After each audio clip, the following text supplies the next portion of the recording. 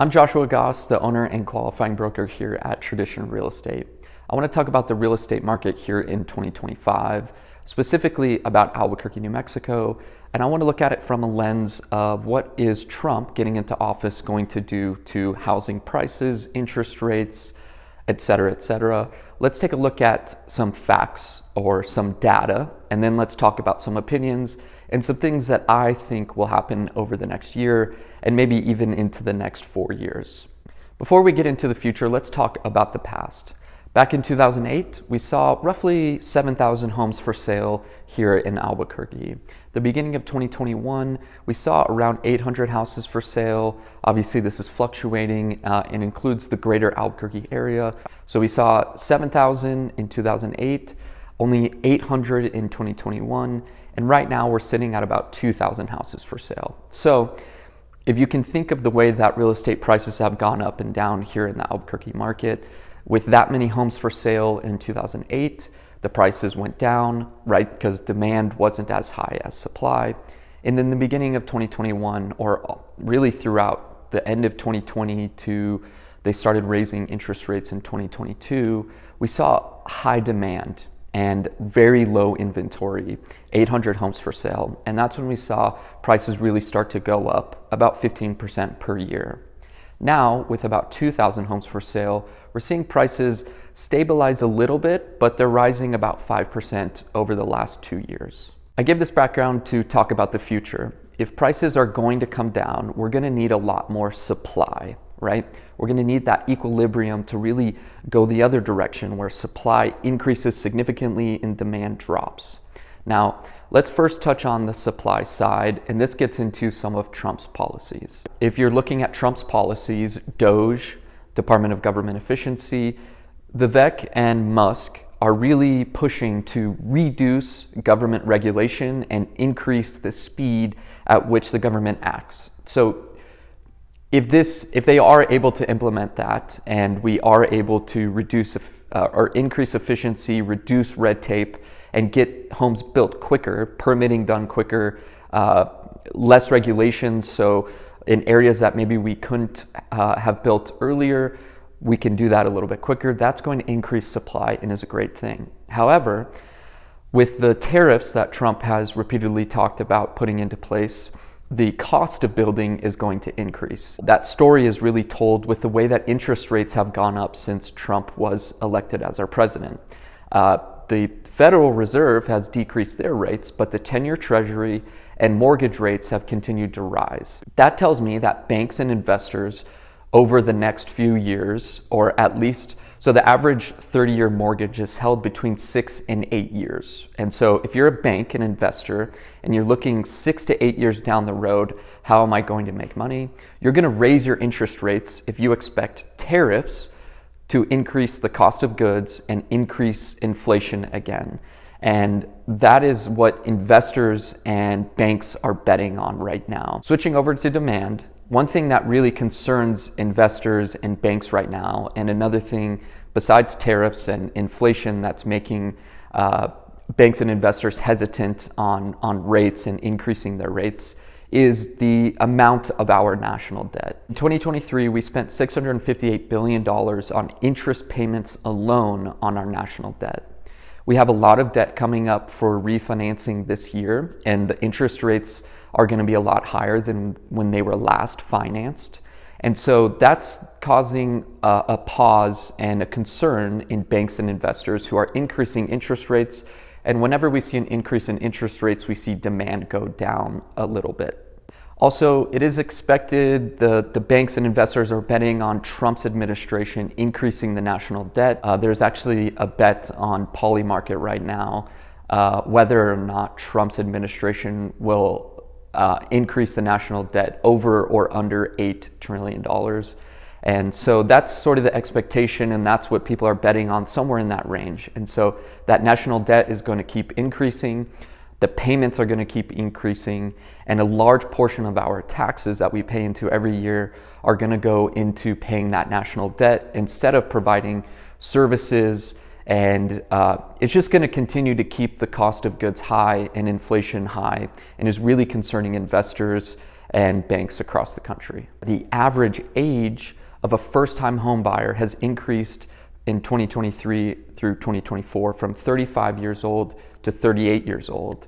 Now, back in the 90s and early 2000s, the average age for a first-time home buyer was in the high 20s. So we've seen affordability become an issue, and the desire and ability to purchase a home is being pushed to later on in people's lives. I have quite a few friends who are waiting to purchase a home, waiting to have kids, to get married. It seems like things are just happening later than they used to in previous times. And so that's decreasing demand a little bit and is helping offset some of the supply issues right now. And so that's why we're not seeing an insane increase, even though inventory is fairly low right now, 2,000 homes for sale. We're still seeing an increase of 5% per year, even though demand is low, because interest rates are high, affordability is really difficult for people. And there's this locked-in effect that we've heard over the last couple of years where a lot of the people I talk to that own homes, they have incredible equity built up in their home. In fact, I think the national average for equity in a home in the United States is $267,000. That's a lot of equity, right? So if you're in maybe a smaller home and you need more space, or you're in a large home and you want to downsize into something more, efficient and affordable, something that it's easy to lock and go visit family across the country, go travel, it's become more difficult to use that equity to go do that just because prices elsewhere are high. The conversation I have a lot is, Josh, I would love to move. We need more space. We had another child. We would love to have a shop in our backyard. Whatever the reason is, I found a lot of people have that desire, but when they go look at the prices of homes and then what their monthly payment would increase to, it's a tough pill to swallow. And the people that really need to move are doing it. That's the demand that we're seeing right now. But I do suspect there will be a little bit of loosening of those people on the fence that are hurt by the affordability. I do suspect and feel like there is not a wave, not a ton of people just overcoming that and deciding it's time. I really need the extra space, or I really need to downsize. I really need to move to this other city, even though I don't have to. This is the time that we're going to do that. I do suspect that will happen as we head into spring and summer this year. We'll see more of that just because there's going to be more options as the real estate market ebbs and flows here in Albuquerque. We are a seasonal market. So I do suspect that we will see supply increase and demand will probably match it as we head into the summer months. And hopefully there'll be a loosening there. But if we're going back to the conversation of is it going to be more affordable, I don't see that necessarily happening anytime soon. Part of that too, and I get this question a lot, is the real estate market going to crash? And with all of these things, it's impossible to predict exactly. COVID has made that even more difficult, just the way that the market has, especially in surrounding cities to us, Austin, Denver, Phoenix, Las Vegas, Boise, Salt Lake City. We've seen incredible increases in prices and then a huge drop off. In Albuquerque, we saw, an increase, not as high as those places, and we haven't seen a drop off yet. It's kind of just been this increase, steady off. And I predict that will probably continue to happen. I don't see a massive foreclosure crisis happening like we saw in 2008 because there's so much equity built up. $267,000 for the average American. Even if they're not able to make their payments, they may be able to sell that home.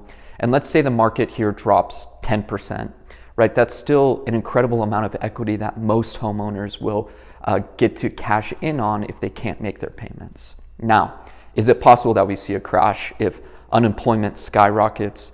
A lot of people can't make their payments. There's huge issues with wars across the world, and we get into some real doomsday sort of stuff. Absolutely, that's a possibility. I just don't see it being very likely. right now. And so I know in this video we didn't talk a lot about Trump's policies. I think that the two main ones are tariffs and the affordability that that's going to bring, or difficulties with affordability because cost of goods will go up, inflation will go up. At least that's what the banks and investors think will happen. And then Doge will hopefully offset that. Will also, I think, hopefully help with the national debt in terms of being able to just reduce the waste and inefficiency of our government, and being able to, put the country in a position where we are cutting back on that debt and not spending as much, not wasting as much. But the Trump administration is still expected to spend a lot of money. And so, I just don't see an easing in that regard for a number of years. But in terms of the real estate market, again, please don't take my predictions with a grain of salt, because it's really, really hard to predict and understand for sure. But I do imagine interest rates probably will sit where they are now, or 6.5% on average, and then we'll continue to see a slight increase in prices moving forward. So things to consider if you are looking to buy or sell a home here in Albuquerque. If you have more questions, more concerns, thoughts on what I went through in this video, feel free to give us a call, 604-7826. You can also text that number. You can email me, josh@traditionrealestate.co, and we look forward to hearing from you. We look forward to helping solve those problems, those concerns of getting you into the place that you really want to be from where you are now. If that's not for a few years down the road, we'd still love to have a conversation with you, really help you prepare and set up for that time when it's time to move. And if you're wanting to move in the next month or two, give us a call. We'd love to talk to you. We can make that happen quickly. We have time available, and we have the resources to maximize the amount that you'll get for your current home and get you into your new home. So thank you so much for watching. I look forward to talking to you soon. We'll see you on the next video. Take care.